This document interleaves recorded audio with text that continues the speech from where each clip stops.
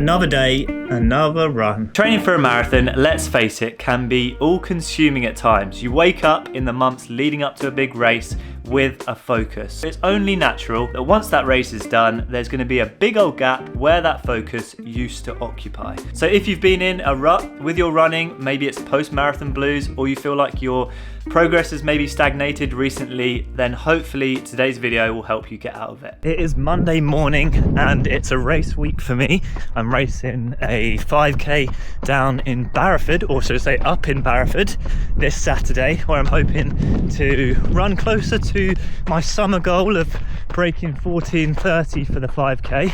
And that's sort of a new goal after the London Marathon, and I'll talk about goal setting in a little bit later in this video. But yeah, I think the first thing I wanted to emphasize about feeling low after a big race, or maybe lacking motivation in your training to get back into things, is that it's normal. I've run 7 marathons now in the last 3 years. The first was an absolute fairy tale in Copenhagen, where I ran 2:28.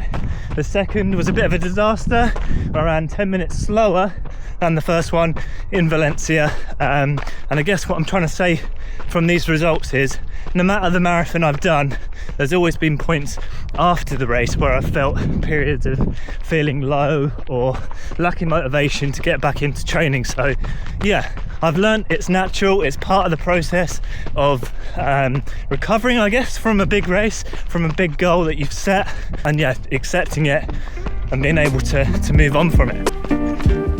So before we look at how to get out of a funk, I think it's important to understand why this happens after a marathon. Obviously, the training takes up a huge amount of your time, and it is the only thing that sort of drives you when it comes to your training. You get up every day, you get out the door, and you work towards that goal. No matter what, for me personally, I will get that training done because I believe that that will give me the best chance of reaching that end goal. Even if I'm knackered, I'll still get out for that double run. Even if I can't be bothered to drive down to the track because it's a really windy day, I will still get in the car, go down to the track and get that session done because I have a clear focus for the race. And I think training for a marathon, I like to think of more specifically as like climbing a mountain. In the training, you slowly increase the volume, you build the sessions, you build your long runs, and you climb that mountain until you get to the very top, and then you race the marathon. And no matter what, if that race goes well or if it goes badly, you've still got to come down from the very top of that marathon. You've got to make your way down. It takes different people different amounts of time to get back to sort of a more balanced mindset and physically recover from the marathon itself. So you're in the funk. How on earth are you going to get out of it? Well, I've got 3 tips that I use to get out of the funk, and the first one is to run completely naked. No, I'm only kidding. What I mean about running naked is to not follow a training plan.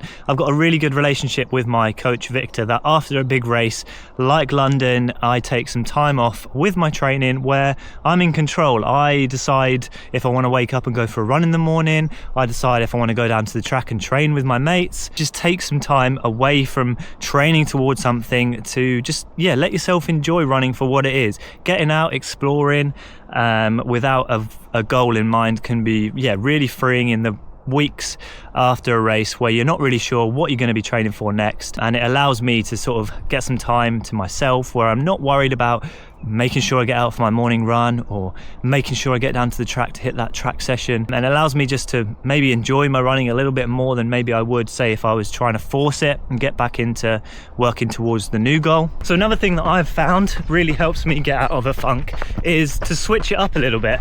Try some new stuff in training that you've maybe not done before.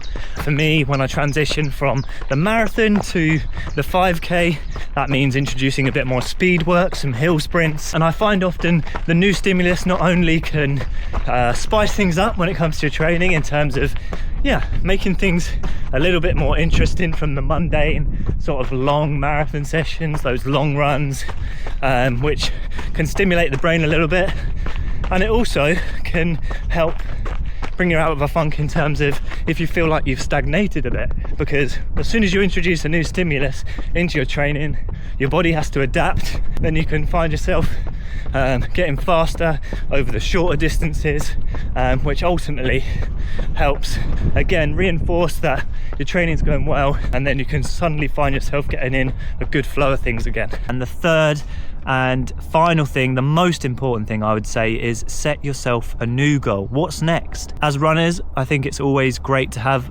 something that drives you, something that's going to focus you on in the next training block. And for me, setting a goal like 14:30 for the 5k is something that really can sort of register up here, and then I find that I can lock in to that sort of focus and motivation in my training again. So yeah, if you're struggling for motivation after a race, take some time off, then maybe look at what's next, what could your next goal be, and ultimately book another race in a few months' time that then will act as motivation to get you out the door and out of the funk. So something else I would consider after the marathon is to switch things up in terms of distance.